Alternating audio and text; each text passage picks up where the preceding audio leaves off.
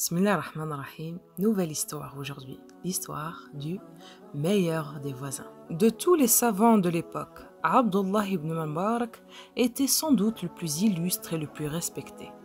Tout le monde s'arrachait son savoir et tentait de l'approcher pour profiter de sa profonde spiritualité.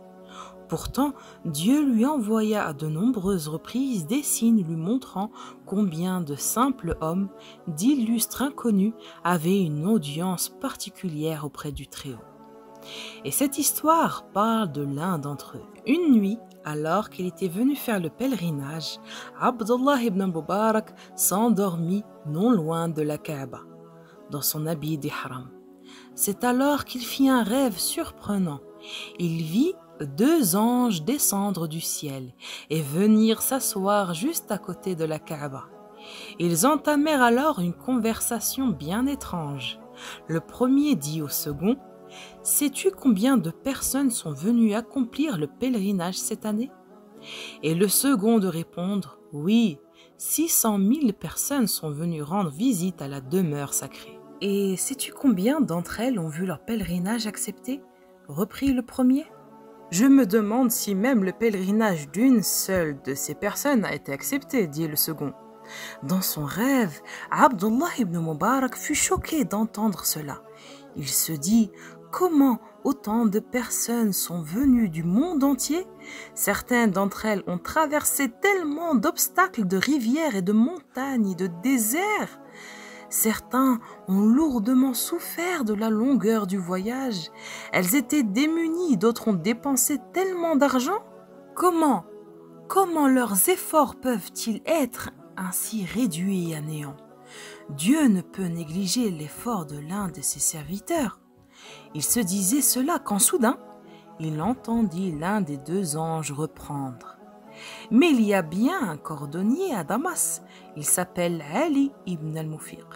Il n'a pu venir accomplir son pèlerinage cette année. Pourtant, Dieu a accepté son attention de l'accomplir, et non seulement il l'a pleinement récompensé pour ce pèlerinage, mais grâce à lui, tous les pèlerins verront leur pèlerinage accepté.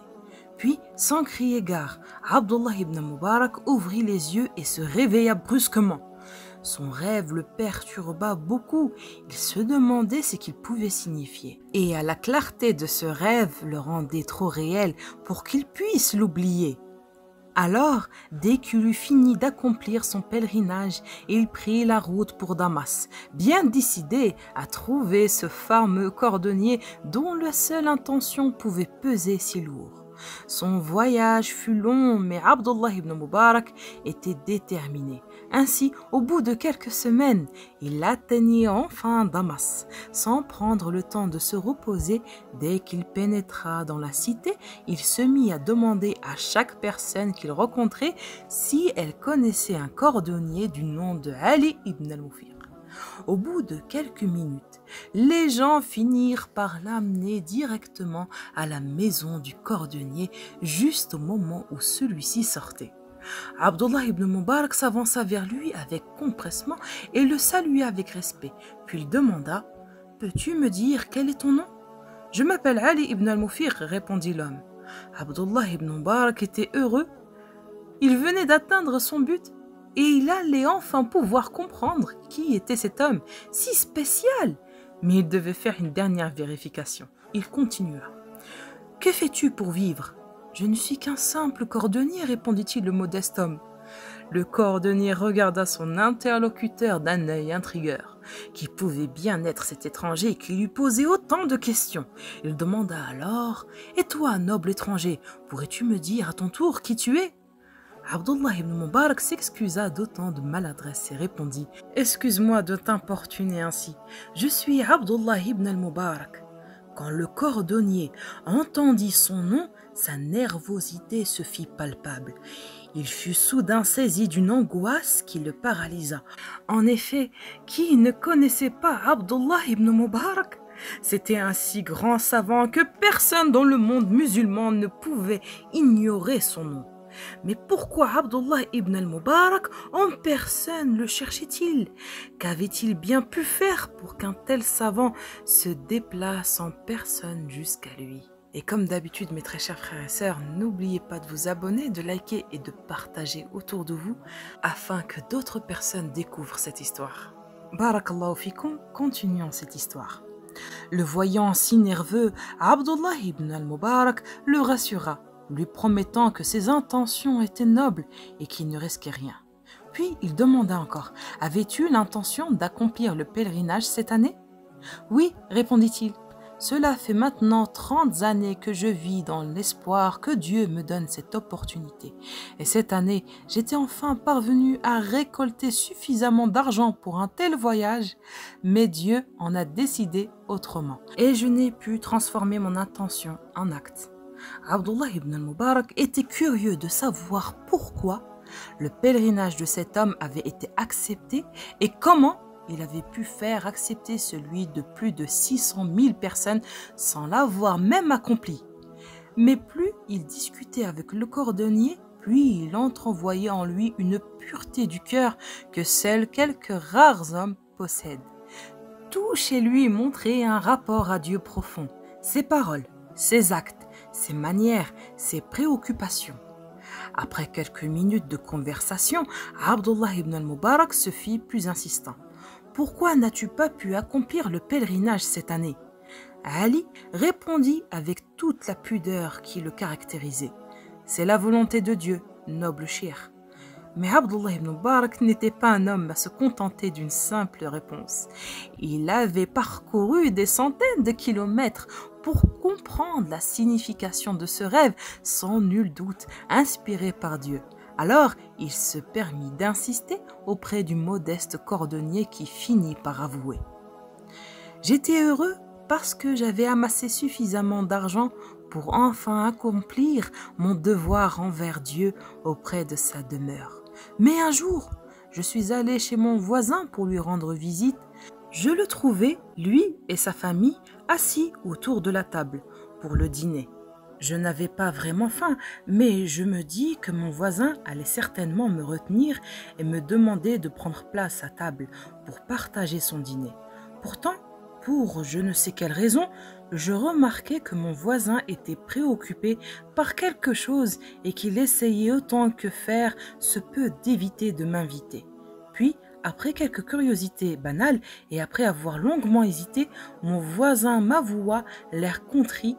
« Je suis sincèrement désolé, mon cher ami, mais je ne peux pas t'inviter pour dîner. Cela fait maintenant 3 jours que nous n'avons plus la moindre nourriture. Et je te l'avoue, cela me fait tant de peine de voir mes enfants ainsi souffrir de la faim que je suis allé chercher quelque chose à manger, mais tout ce que j'ai pu trouver, c'était un âne mort. En désespoir de cause, j'ai pris un peu de viande de cette charogne et je l'ai apportée à mon épouse afin qu'elle la cuisine. Notre extrême pauvreté nous permet de manger de cette viande, mais pour toi elle est interdite, donc je ne peux te proposer de partager notre repas. » Le cordonnier regardait dans le vide, visiblement affecté par le simple fait de se remémorer de ce douloureux instant. Puis il continua. En entendant cela, mon cœur saignait de douleur. Mes voisins étaient en train de souffrir d'une faim telle que moi-même j'en avais connu de semblables, et alors que j'avais eu en ma possession une telle somme d'argent, fut-elle pour le plus important des voyages? Cela ne se pouvait. Alors sans dire un mot, je pris congé et rentrai chez moi. J'ouvris le coffre qui renfermait toute ma richesse. Il y avait en tout et pour 3000 dinars, somme que j'avais économisée depuis 30 longues années pour accomplir mon devoir envers Dieu auprès de sa demeure. Je regardais cette somme importante avec une courte hésitation, puis je me dis que le fait d'aider mon voisin en ce temps difficile était bien plus important que d'aller faire mon pèlerinage. Moi aussi, j'avais faim, mais aller au pèlerinage me semblait plus important que tout. Pourtant, quand je vis mon voisin dans une telle situation, je me dis que rien n'était plus important que de lui venir en aide, ni mon pèlerinage, ni même ma propre faim. Alors je décidai d'abandonner le projet si cher à mon cœur et je partis remettre les 3000 dinars à mon voisin, persuadé que de toutes les manières, aller au pèlerinage ne faisait pas partie de la volonté de Dieu à mon égard. Abdullah ibn al-Mubarak comprit alors. Allah ne pouvait qu'accepter une si noble action. Et certes, le cordonnier ne fit pas le voyage et ne ressentit ni la douleur ni la fatigue liée au pèlerinage. Pourtant, Dieu avait consigné tout cela dans le livre de ses actions. Mieux encore, grâce à Ali ibn al-Mufiq, le modeste cordonnier, des centaines de milliers de femmes et d'hommes eurent la chance de voir leur pèlerinage accepté. Car il y a certaines actions qui luisent tellement par leur intensité qu'elles en touchent d'autres plus chasselantes. Abdullah ibn al-Mubarak raconta alors son rêve au cordonnier, qui n'en crut pas ses oreilles. Dans un mouvement de spontanéité, il se prosterna et remerciait Dieu pour sa générosité et sa bienveillance. L'homme le savait, prendre soin de son voisin était un devoir aimé de Dieu, mais ce jour-là, il en ressentit la force de la conviction. Et voilà mes très chers frères et sœurs, nous sommes arrivés à la fin de cette magnifique histoire. Dumtum fi 'aatillah wa amani.